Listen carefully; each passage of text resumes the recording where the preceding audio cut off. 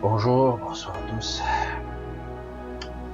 Nous sommes mercredi, milieu de semaine. Alors, je suis pas sûr d'avoir le temps de vous faire une petite vidéo ce soir. Une petite vidéo, j'allais dire, du coucou, de la tape sur l'épaule, de je suis avec vous, etc., etc. Parce que des fois, je suis un petit peu pris dans l'engrenage et j'ai pas le temps. Et comme vous l'avez constaté, en ce moment, le temps, il se volatise à une vitesse incroyable. Et le temps s'enfuit très très vite. Alors, je voulais revenir un petit peu sur ce qui est dit depuis plusieurs années.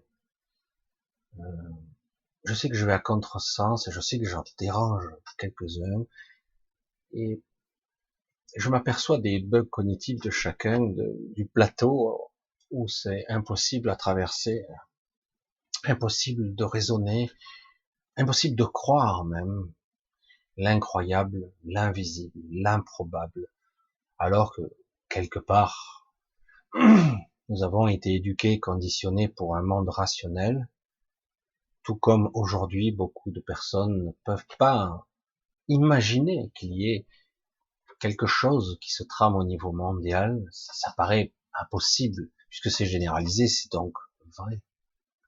Qu'est-ce qui est vrai, hein? C'est toujours très intéressant de voir comment fonctionne le raisonnement et comment les gens sont buggés, bloqués dans leurs croyances. Je reviens sans cesse sur les mêmes sujets, mais c'est vrai que c'est énorme. Moi-même, il y a quelques années, 6 ans déjà, je crois, plus de 6 ans, je suis tombé dedans complètement, alors que j'étais déjà, parce que j'avais commencé à faire de la PNL en 2001, décodage biologique en 2002, et donc ça date, mais en 2004, j'ai commencé un petit peu avant peut-être, 2003 peut-être, fin 2003, 2004, j'ai commencé à écouter. On commençait à voir l'émergence de certaines vidéos, de certaines histoires. Et petit à petit, après, il est arrivé un peu plus tard, il y a eu une franche déconnexion à partir de 2014, 2013, 2014, où d'un coup, des chaînes ici et là fleurissaient de coaching, de, de spiritualité, de quête de sens. Et tout ceci était juste. Et je pense que ça tombé au bon moment, parce qu'on en avait tous besoin, en perte de repères, et on avait besoin d'énergie, de moteur, de combustible à l'intérieur j'allais dire, d'amour, pour continuer à avancer, pour continuer à croire que quelque part nos vies n'étaient pas inutiles, futiles, sans intérêt et complètement nulles, superficielles pour d'autres. D'autres disent non, parle pour toi, je suis heureux. Et puis finalement, j'ai pu constater que c'était faux. On se contentait de survivre, de vivoter, de calculer combien je vais épargner pour les vacances de l'année d'après, peut-être qu'avec les enfants, ah merde, la voiture vient, un truc, et l'embrayage a lâché, comment je vais faire? Voilà, etc., etc. Et pour d'autres, ça allait mieux. Il y a d'autres qui s'en sortent bien financièrement, mais finalement, il y a quelque chose qui manque d'important. Et puis du coup, la spiritualité apportée, YouTube émergent, et du coup, les vidéos flambées, c'était le début, c'était même amusant. J'ai un petit peu participé en coulisses quand je voyais les couacs qu'il y avait, les images floues, comme ça m'arrive encore d'ailleurs, les débits catastrophiques, les vidéos dégueulasses, de qualité minable. Et des fois, le discours était moyen, mais c'était nouveau, c'était spontané, ça permettait d'établir des connexions beaucoup plus intéressantes, beaucoup plus proches, beaucoup plus intimes avec les gens. J'en ai fait partie, mais dans les coulisses, j'ai mis du temps. Moi, il m'a bien fallu attendre 2015 avant que je commence à faire un petit peu de vidéos dans les ateliers, etc. De façon maladroite, et vraiment, jamais j'aurais pu envisager que je sois là. Et du coup, vous avez entendu parler beaucoup plus précisément des guides, de la loi de l'attraction, de l'abondance, de toutes ces vibrations, de la fréquence, la résonance de Schumann, de toutes ces fréquences, de l'élévation, de l'ascension de l'humanité qui va aller en cinquième densité, etc., etc. Et moi, je vous avoue que je suis tombé dans le panneau avec quelques réticences, comme certains d'entre vous, mais c'était plaisant. C'était, on va pas dire que c'est faux, parce que c'est pas faux. C'est ça le fou de l'histoire. Mais lorsqu'on vous dit qu'une partie de la vérité, ah ben c'est faux à la fin. Vous vous trompez de cible. Je veux dire, si vous êtes à peu près bon, à peu près juste, ce n'est pas juste. C'est comme si vous visiez une étoile avec un arc et des flèches. Et vous pensez être juste. Mais cette imprécision, si faible soit-elle, vous ratez une étoile à la distance où ça se trouve, vous vous rendez compte? Un micromètre, un nanomètre, une infime fraction de je sais pas quoi, de millionième de millimètre, vous ratez la cible à cette distance. Et c'est de ça qu'il s'agit. Je vous dis que, en fait, pour moi, je savais beaucoup de choses, mais c'est difficile de voir. Il y a des nuits où ça se passe très bien pour moi, il y a des fois, waouh, j'ai des visions cauchemardesques. Je dis, mais Michel, t'es pas si évolué que ça, finalement. C'est moi qui me dis ça. Et finalement, de temps à autre, tu te retrouves dans des cauchemars, des visions horribles, étranges, même parfois. C'est pas franchement des fois négatif, c'est juste vraiment étrange, quoi. Je dis, qu'est-ce que c'est que ça? Et ça laisse un sentiment de malaise profond. Et j'arrive pas à le décrire, à le détailler, alors que je suis tout le temps en train d'aller profondément, hein, j'essaie d'aller à la racine de ce que je ressens pour comprendre réellement ce qui se joue là. Et c'est pas toujours simple, hein. Et aujourd'hui, c'est vrai que je vous avance des fois des arguments qui vont contre vos croyances. De temps en temps, je bouscule un peu. Ah, tes guides sont peut-être pas tes guides. Peut-être que ces guides sont pas aussi purs que ça. Peut-être que, en réalité, un jour il fera le diable, un jour il fera l'ange. Enfin, c'est une façon de parler. Un jour, il vous soufflera le chaud, un coup, il vous soufflera le froid. Mais en aucun cas, en aucun cas, en aucun cas, il ne pourra vous dicter ce que vous devez faire. Un guide n'est pas un guide. Un guide est censé vous guider, il n'est pas censé vous dire ce que vous devez faire. C'est pour ça que je vois beaucoup d'aberrations ici, des gens, des guides qui se mêlent de la vie des gens, c'est incroyable. Des anges gardiens qui ne gardent pas vraiment, ou seulement quand ça les arrange. Et puis, en fait, on s'aperçoit quand on commence à voir, qu'on pénètre ces espaces interastraux, j'allais dire, on s'aperçoit que peut-être que pendant X temps, celui-là était un ange, et puis d'un coup, finalement, après, il vous souffle au contraire les mauvais augures. Alors, du coup, ça rend mal. Je dis, mais comment je peux dire ça aux gens? Les gens s'accrochent, ils sont toujours là. Pitié, mon ange gardien, aide-moi. Pitié, Michael, donne-moi ta force. Je veux sortir de tout ça. Et puis, paradoxalement, cela semblait marcher dans bien des cas.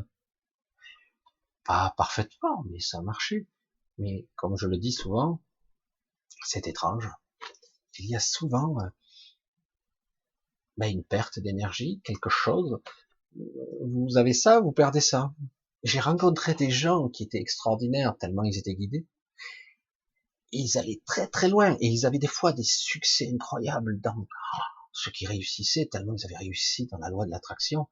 Et au même moment, le pire cauchemar se produisait dans leur vie. Je vais pas rentrer dans les détails, c'est privé, mais en même temps, un méga succès et une horrible chose. Je dis, mais putain, mais c'est, waouh!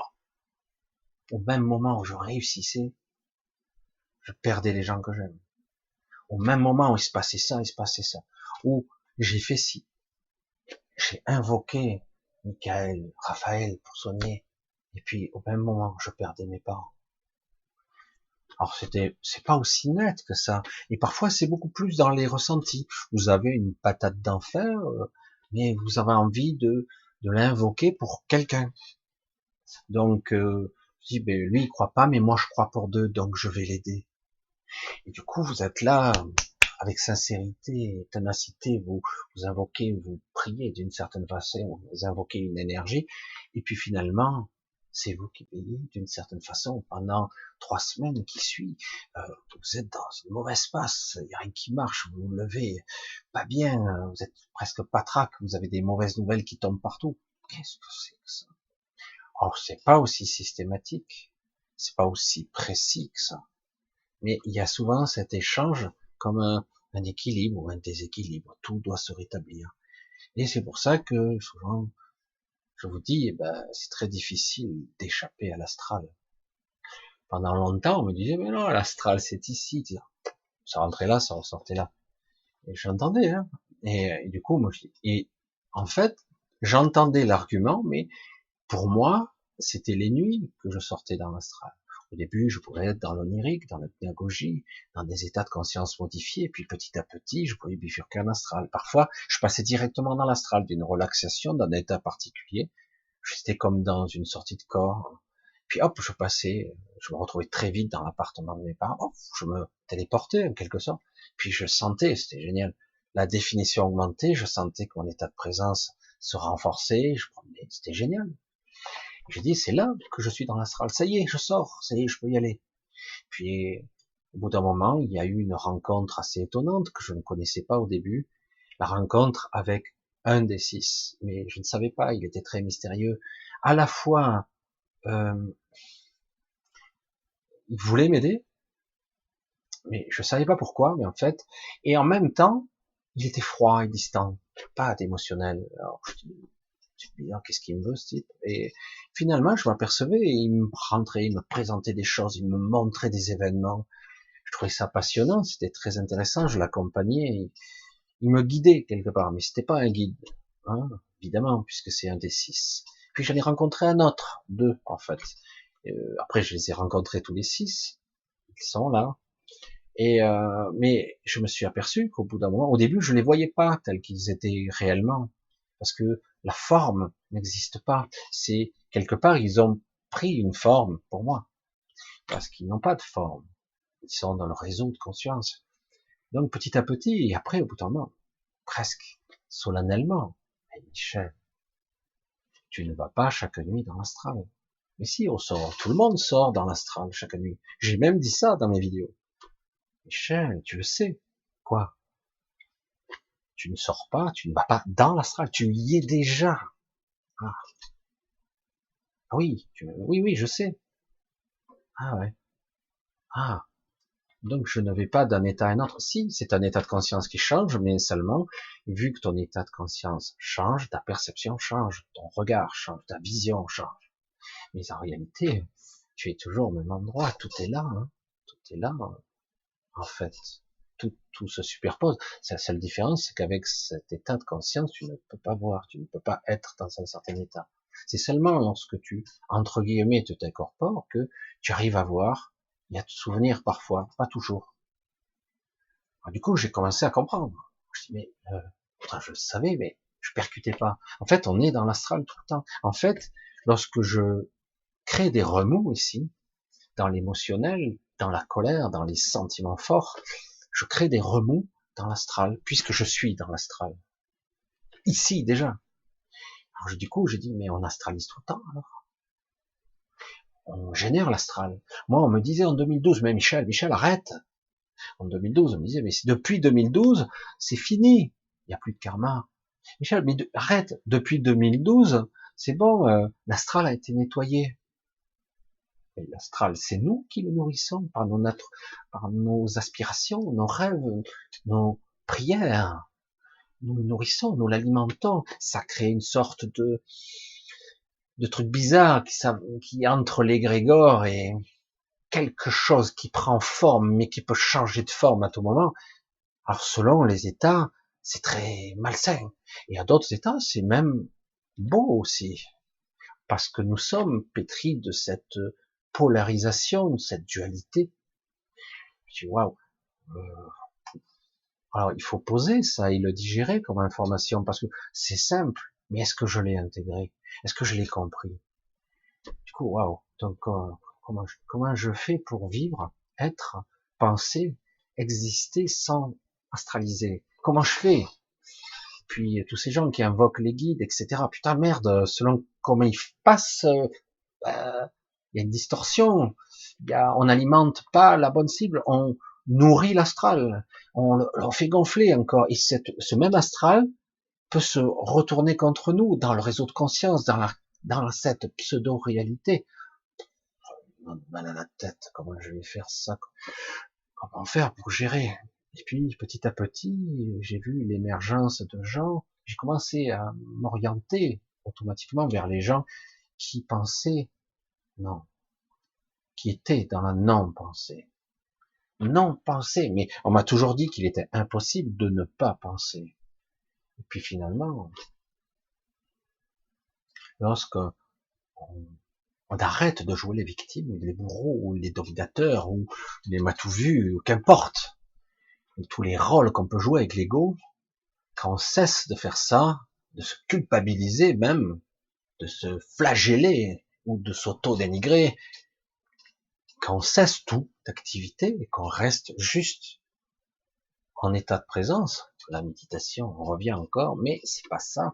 Juste, il n'y a pas besoin de méditer. On peut être dans la rue et du coup être dans une sorte de silence intérieur, le déclencher à volonté. Alors, parfois on est perturbé ici et là des bruits, puis à un moment donné, on sent ce silence remplit tout l'espace. Et là, on est observateur, on sent comme une force, une puissance incroyable qui est là. Mais c'est pas agressif, c'est pas méchant, c'est bien, c'est serein. C'est presque la paix, pas encore. On y approche, on approche de cette paix intérieure. Parce que très vite, quelque chose vous reperturbe, vous vous retrouvez à nouveau dans la réalité de ce quotidien. Waouh. Et du coup, je me suis dit, mais beaucoup de personnes, en fait, qui sont des thérapeutes, les gens ont bien du mal, en réalité, à avoir la bonne calibration de leur conscience pour, je dis pas pour tous, parce qu'il y en a qui sont bons quand même, hein, une bonne calibration pour bien se centrer par rapport à soi, prendre, acquérir, je sais pas, assimiler, intégrer une perception qui permet d'être plus intime avec soi, sans pensée, sans forme, juste être présent. Alors c'est pas évident, hein, comme je le dis toujours, tant que vous n'avez pas expérimenté des moments de silence, de présence, d'écoute de soi, ben on peut pas savoir. Et une fois qu'on arrive à ça, un petit peu, même si c'est que quelques minutes de temps en temps dans la journée, lorsqu'on parvient à ça, ben d'un coup on peut arriver à projeter une intention, ce que je souhaitais faire en fait. Prier l'archange Michael pour protéger lui, l'autre, pour sauver quelqu'un qui est malade, une mère, un parent, un frère, une sœur, un ami, plutôt que de passer par l'archange Michael, etc. à l'extérieur, de ressentir cette présence. Du coup, je suis en introspection, je suis plein de moi, et du coup, là, j'ai pas besoin. Vous le sentez, c'est très, on n'a pas besoin de forme, on a un ressenti, on sait. Il n'y a pas besoin d'émettre une pensée. C'est bon. Je projette ce que je veux pour la personne, pour l'être, etc. Et du coup, c'est vrai que ça demande une nouvelle discipline, un nouvel entraînement, car c'est le contraire qui se passe ici. Tout est astralisé, tout est émotionnel, tout est angoisse et stress. En ce moment, avec on nous prend pour des cons puissance 1000, en ce moment. Et le pire, c'est qu'il y a des gens, ils y croient. Qu'est-ce que vous voulez que j'y fasse? Dire, mais attendez, il y a un truc qui va pas, c'est disproportionné, non? Et finalement, quand vous êtes pris dans l'engrenage du stress, de l'angoisse, de la survie, et je veux vivre, et je veux revenir à ma vie d'avant, etc. Comment voulez-vous retrouver un peu de sérénité au milieu de tout ça? Pas possible. Faut avouer que c'est nouveau. Je connais pas, à ma connaissance, un événement dans le temps qui se soit passé de cette façon-là. Évidemment, on remonte dans le temps, il n'y avait pas de télévision, de médias pour foutre la merde. Parce que bon, beaucoup de médias foutent le boxon. Il n'y aurait pas les médias, vous seriez perdu en pleine campagne. Vous seriez peut-être pas au courant, je sais pas. On ne sait pas. Hein. Non, c'est vraiment très difficile aujourd'hui. Et pourtant, c'est à notre portée. C'est à notre portée. Comment désapprendre? Comment réapprendre à être? Comment réapprendre à vivre, à ressentir ce que je suis? Comment j'interagis? Comment réapprendre tout ça? Sachant que bah, c'est évident, non? Je pense, donc je suis, donc je pense, je fais des projets, je me prends la tête et la nuit j'en dors plus. Et putain, comment je vais faire ce meuble et comment je vais bricoler ça? C'est utile, hein?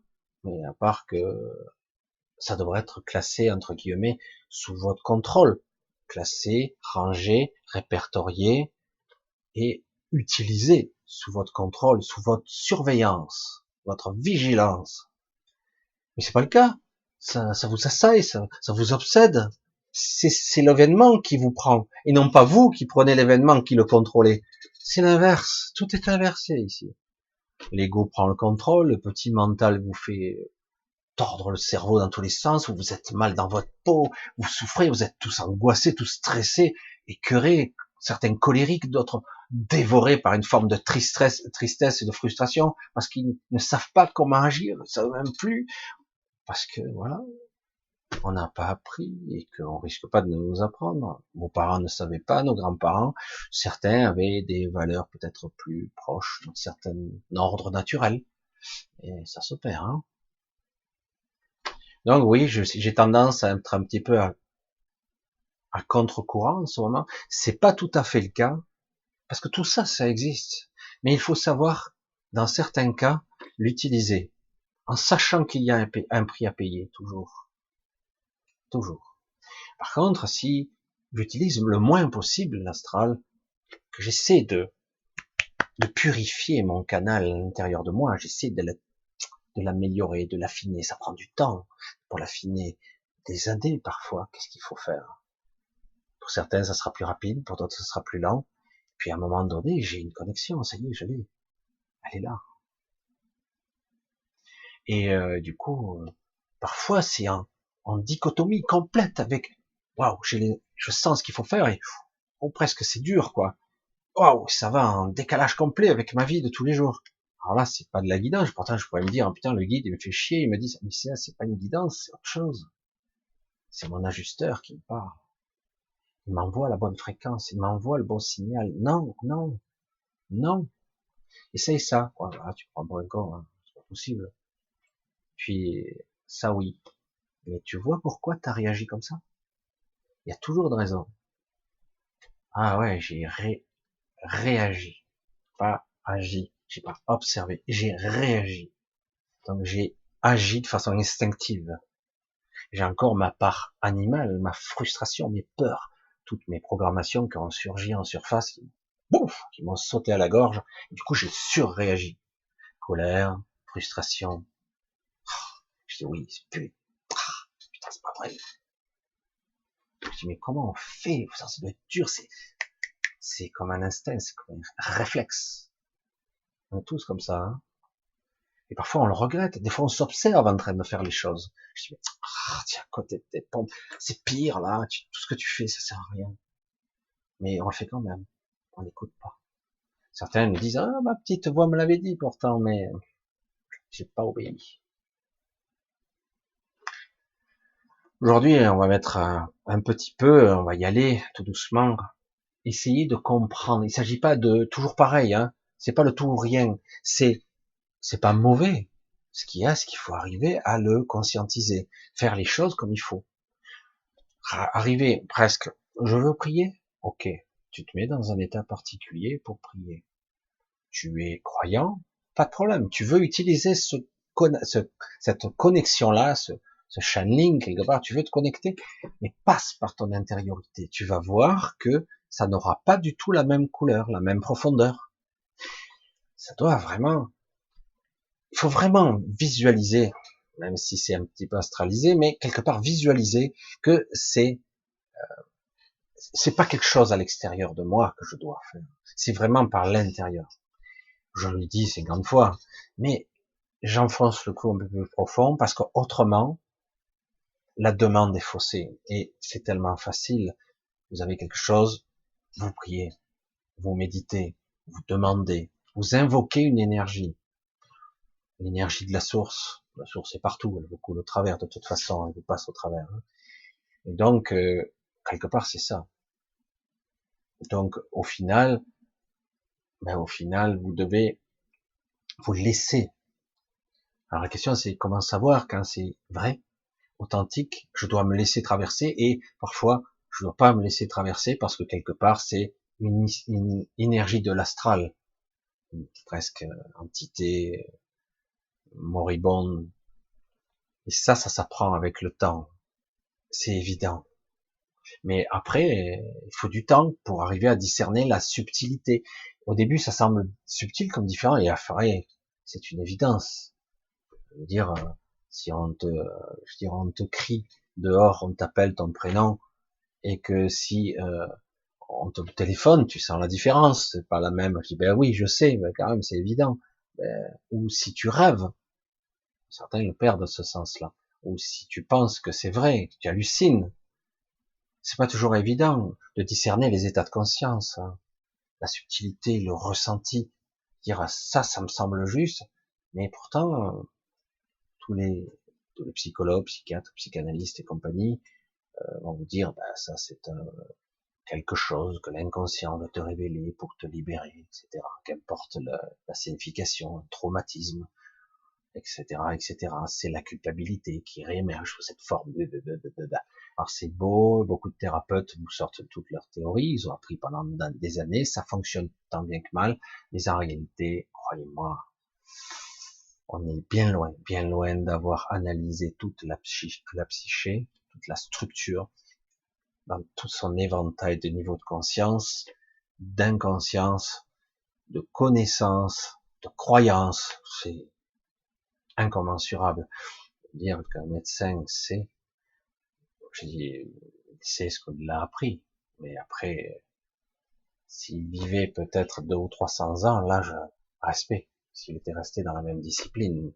Parce que là, il aurait vraiment été confronté à on va le dire comme ça, même si c'est faux, mais à la noirceur de l'âme. Il serait frotté à toutes les aspérités de l'âme, y compris la sienne. La mémoire, les ressentis, les aberrations, les entourloupes de l'inconscient. Chaque fois, on vous la joue en travers avec l'inconscient et l'ego. Des fois, vous l'avez pas vu venir. On ne cherche pas à vous embrouiller avec des trucs psychédéliques ou psychologiques, etc. C'est quelque part, à un moment donné, il va bien falloir, tant pis, se décaler. Je veux invoquer mes guides, mais est-ce que je peux confiance en mes guides? Certains ont une canal très propre et arrivent à avoir un signal qui est assez bon dans le haut astral. Ce qui est correct, c'est très valable. C'est magnifique, le haut astral. Le très haut astral, c'est même extraordinaire. Mais cela reste l'astral. Le plan morantiel est d'un autre niveau, c'est très différent, beaucoup plus dense, beaucoup plus concret, et au niveau des perceptions, inégalable. L'éther, l'énergie, la conscience, tout ça est étroitement lié. Il faut commencer à projeter sa conscience dans la bonne direction. Il faut arrêter d'alimenter cet astral, il faut arrêter, en tout cas il faut le minimiser. En ce moment, c'est une catastrophe, l'hémorragie qu'il y a. Les humains, vous, Vous faites pomper, mais ça suffit, quoi. Faut arrêter maintenant de donner autant de nourriture spirituelle, de l'énergie. Quand je le dis que c'est une guerre spirituelle, avant d'être une guerre, j'allais dire physique, une guerre contre l'humain. Et c'est une guerre. Parce que quelque part, il y a une vampirisation et on a besoin d'énergie, on a besoin de beaucoup de force pour générer et mettre en service dans les prochaines années, je ne sais pas quand, très bientôt la nouvelle matrice. Il y en a plusieurs autres, hein, je vous dis, il y en a au moins 3 en route, mais il y en a une qui est quasiment prête. Certains vont commencer à basculer et se croiront, ah ben tout est ok, ça marche. Mais non, un piège reste un piège. Il va falloir sortir, reprendre le contrôle. Nous sommes censés être capables d'avoir le quoi déjà? Le libre arbitre, le libre choix, le contrôle de sa vie. Waouh, on en est loin, hein, on en est loin. Voilà, je voulais un petit peu vous parler de façon brève, je voulais pas vous faire un laïus de 3 heures là-dessus, pour vraiment, je sais que ça dérange, je sais que ça perturbe certains, et certains n'ont pas compris la subtilité de ce que j'essaie d'aborder. C'est pas évident, je meurs dans un sujet qui sont compliqués, pour essayer de repositionner votre regard, et extérieur et intérieur, pour le repositionner et de projeter votre conscience, votre intention là où il le faut, seulement quand c'est utile. Ne pas laisser sombrer dans les récurrences de la pensée, de ces bruits en permanence, qui vous dévorent, quoi. Parce que, évidemment, comment dire à quelqu'un, en toi, en vous, vous avez toutes sortes de cordes, comme une harpe géante, et vous pouvez déjà jouer de cette mélodie, de chacune des fréquences. Vous avez la possibilité de modeler, de modifier la réalité, de guérir. Vous avez la possibilité d'aider, de changer les événements et même d'influencer. Alors c'est très délicat, mais c'est un pouvoir de responsabilité. Mais on l'a déjà. On n'a pas besoin d'invoquer l'énergie de bidule, de trucs, de machin. Si ça peut vous aider comme support, on va un petit peu vibraliser à la bonne fréquence et après, malheureusement, ça astralise un petit peu. Mais après, il faut lâcher très vite et pour envoyer la bonne fréquence. Dire voilà la forme qu'elle a. Voilà l'aspect qu'a mon souhait, ma volonté. Et il faut aligner toutes nos parties pour projeter tel un rayon laser. Voilà, c'est ça que je veux. Et c'est pas, voilà, je veux ça, ça, ça, et vous faites la liste. Non, non.